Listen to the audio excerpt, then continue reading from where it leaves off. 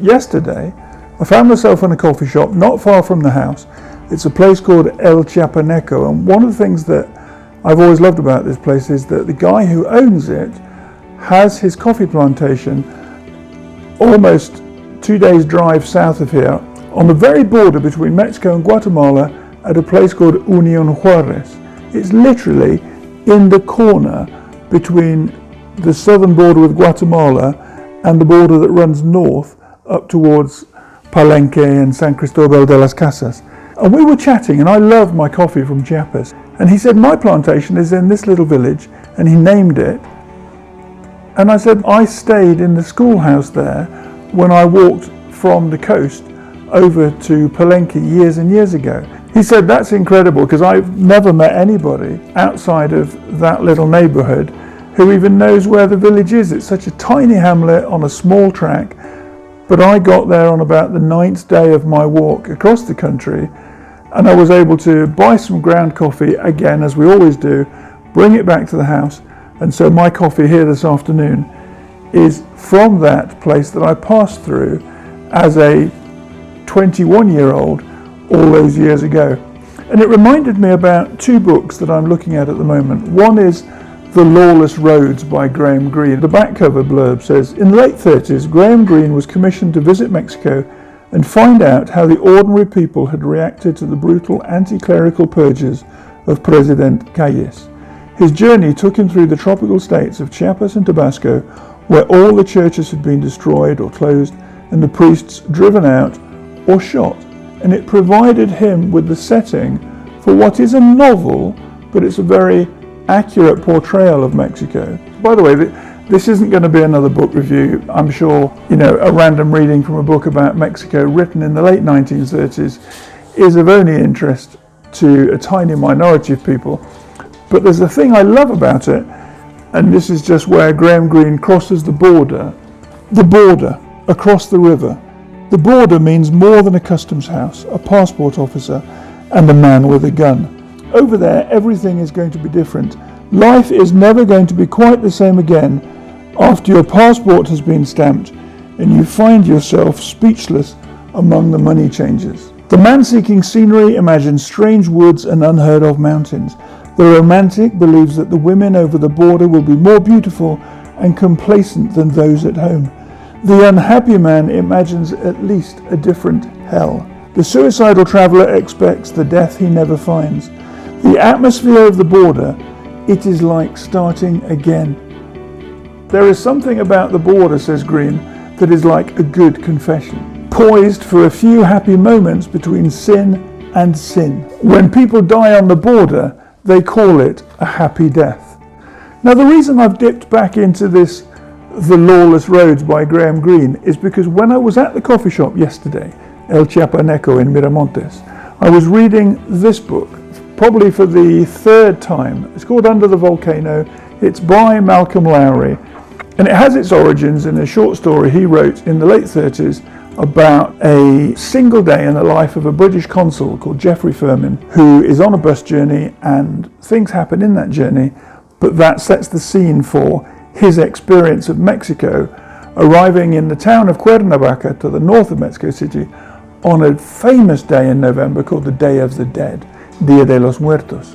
And what he experiences in that short story, Malcolm Lowry then expands almost 10 years later to become the full-size novel of Under the Volcano. Again, it's a classic book, but it just follows one day in the life of this man who has a drink problem, that's his malaise, and the struggles he has within his marriage. All of these things are explored within the single day in the book. But for the person being introduced to writings about Mexico, Under the Volcano is a fabulous read, and I really recommend it.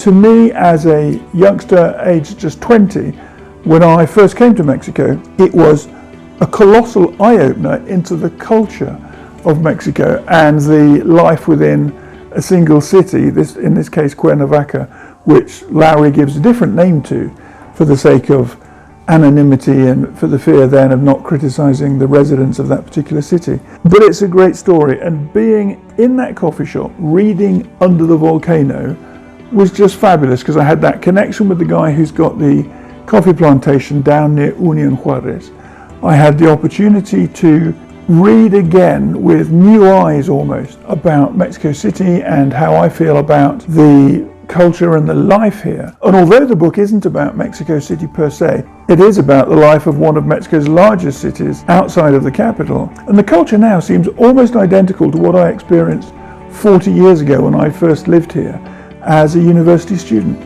I grew up in a small village in the Trent Valley in Nottinghamshire, and to me, at weekends walking from one small village to another with my rucksack on as a late teenager, that was my opportunity to explore rural life in Nottinghamshire, but also crossing into Lincolnshire and Derbyshire, and spending a lot of my time in small, isolated rural communities, so that when I came to Mexico, and I just found myself again being a rural village boy, moving across the country from village to village between the Pacific and the Caribbean. And these books, which had been written 50 years before, half a century before, were a perfect preparation for what I came to expect. And just like any traveller, I took a series of notebooks and I wrote all the details of my walk. These are little 8 notebooks that I ended up carrying over the course of my expedition across the country. And they still remind me in great detail of the people I met and the places I went to. When you come to a new country and you explore a new culture, throw yourself in.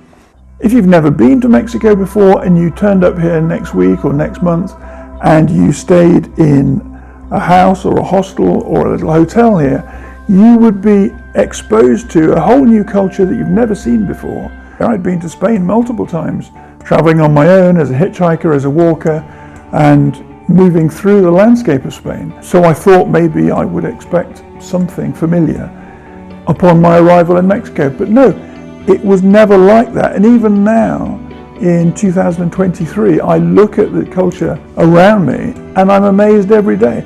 We have a phrase here in Mexico called Mexico, Mexico, which means I'd never expected that. And that's a phrase that Mexicans use when out of the ordinary confronts you in the day.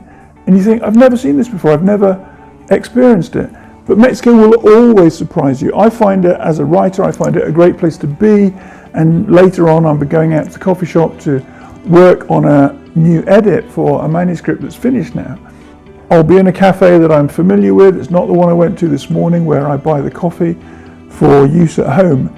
It's a different coffee shop. It's on a busy pavement. It has a lot of foot traffic. I wanted to talk about those 2 books because they are as fresh now as an insight into Mexican culture and life as they were for me 40 years ago. But these books were both written 90 years ago. They're still in regular print and they capture the aspects of day-to-day life in Mexico in a way that is far deeper than a 10-minute travel blog or a 15-minute video about walking around the streets of a certain town or community and just watching that on YouTube, he says, as a person who's produced some of those videos. But read either or both of these books and give yourself a treat as a way of looking at aspects of life here in Mexico that you can dip into and enjoy. Under the Volcano remains one of literature's most powerful and brutal statements on the human condition and is a brilliant portrayal of one man's constant struggle against the elemental forces that threaten to destroy him. Listen, that's big literature writing, that's big back cover blurb for 2 great storybooks. But they are stories. I just think that they can give you a great insight into what you can expect visiting Mexico, because it gives you that subtlety of the character of the people, the way that life moves around you every day in this country, and how you can perhaps understand better, certainly not make full sense of, I don't know that after 40 years, but they can give you a reflection of some aspects of the culture of the Mexicans you will meet, the ideas that structure their way they live their lives, and how, as a society, expectation, individual expectation versus the societal expectation of the person, sometimes bump against each other as you live your life here. I'm going to finish my coffee, and I just encourage you to read these great books. Enjoy your coffee wherever you are, and we'll catch up soon.